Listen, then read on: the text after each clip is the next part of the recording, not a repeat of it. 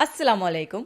मेरा नाम रमशा सुल्तान है और मैं प्रॉफिट सीरीज शुरू करने जा रही हूँ। इस सीरीज में हम सारे नबियों का एक एक करके वाकया सुनेंगे। ये एक बहुत इंटरेस्टिंग सीरीज होने वाली है, तो प्लीज मेरे चैनल को सब्सक्राइब कर लीजिए।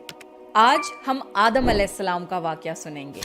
आदम अलैहिस्सलाम अल्लाह के पहले नबी और पैगंबर थे, जिन्हें अल्लाह ने खुद अपने हाथों से बनाया, और हम सारे इंसान उन्हीं की नस्ल हैं। तो चलिए शुरू करते हैं with the real life story of prophet Adam अलैहिस्सलाम।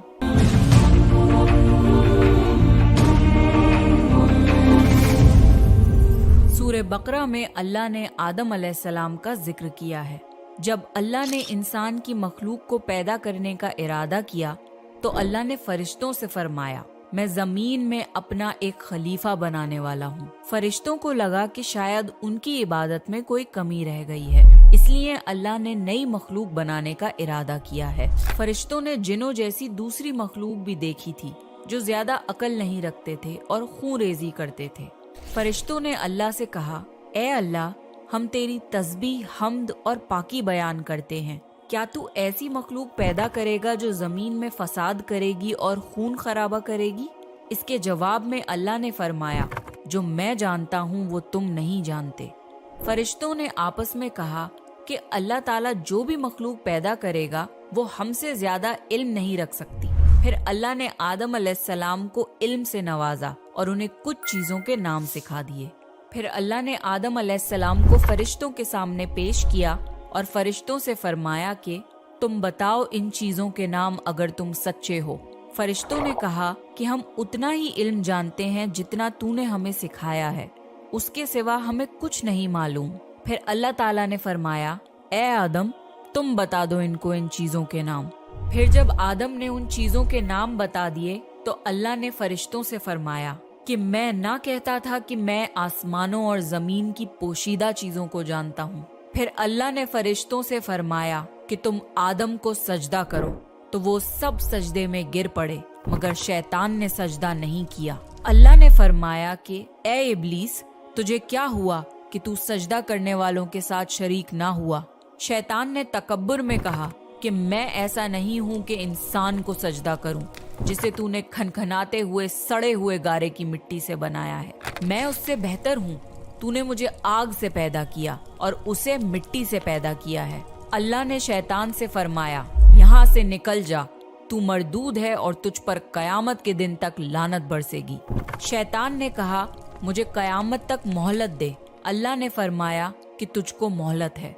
शैतान ने अल्लाह से कहा कि तूने मुझे गुमराह किया है। मैं कसम खाता हूँ कि मैं इंसान की सीधी राह पर बैठूंगा, फिर मैं उन पर हमला करूंगा, उनके आगे से भी, पीछे से भी, दाएं से भी और बाएं से भी, और उनमें से अक्सर को तू शुक्रगुजार नहीं पाएगा।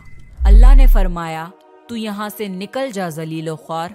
जो उनमें से तेरा कहना मानेगा तो मैं जरूर तुम सब से जहन्नुम को भर दूंगा। बेशक मेरे खास बंदों पर तेरा जरा काबू नहीं चलेगा। जन्नत की सारी नेमतों के बावजूद आदम अलैहिस्सलाम जन्नत में अकेला महसूस करते थे।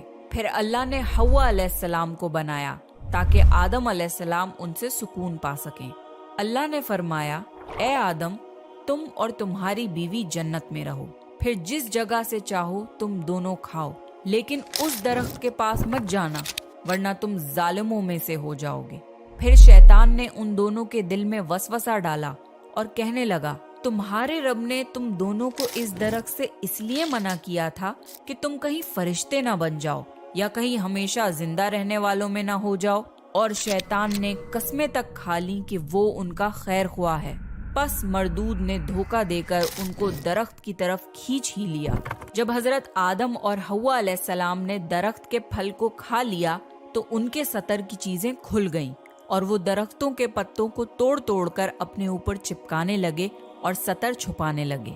फिर अल्लाह ने उनको पुकारा और फरमाया, क्या मैं तुम दोनों को इस दरख्त से मना न कर चुका था और ये न कह चुका था कि शैतान तुम्हारा खुला दुश्मन है? हजरत आदम और हव्वा अलैहिस्सलाम ने कहा कि ए हमारे रब, हमने अपने ऊपर जुल्म किया और अगर आप हमें ना बख्शेंगे और हम पे रहम ना फरमाएंगे तो फिर हम तो जरूर तबाह हो जाएंगे। अल्लाह ने फरमाया कि तुम सब जन्नत से नीचे उतर जाओ। अब से तुम एक दूसरे के दुश्मन हो और तुम्हारे लिए जमीन पर रहने की जगह है और एक मुद्दत तक नफा हासिल करना। अब तुमको वहीं जिंदगी गुजारनी है और वहीं मरना है और वहीं फिर से पैदा होना है। दुनिया में आने के बाद आदम अलैहिस्सलाम ने अल्लाह से 40 साल तक माफ़ी मांगी। फिर अल्लाह ने आदम अलैहिस्सलाम पे रहम खा के उन्हें माफ़ कर दिया और फरमाया कि तुम और तुम्हारी औलाद दुनिया में रहो। और ये बात याद रखो कि जब मेरी तरफ से कोई नबी हिदायत लेकर तुम्हारे पास आए तो तुम उसका कहना मानना, और जो लोग मेरे नबियों की बात को नहीं मानेंगे और हमारी आयतों को झुटलाएंगे वो दोज़ख में जाएंगे और हमेशा उसी में रहेंगे। फिर हजरत आदम और हव्वा अलैहिस्सलाम दुनिया में रहने लगे। उन्हीं से इंसानों की नस्ल शुरू हुई। आदम अलैहिस्सलाम तकरीबन 900 साल जिंदा रहकर वफात पा गए। कुरान के इस वाक़े से हमें ये हिदायत मिलती है कि जब शैतान ने गलती की तो उसने माफ़ी मांगने की बजाय तकब्बुर किया और अल्लाह को ही अपनी गुमराही का इल्ज़ाम दिया। पर जब आदम अलैहिस्सलाम से गलती हुई तो उन्होंने अपनी गलती मानी और फौरन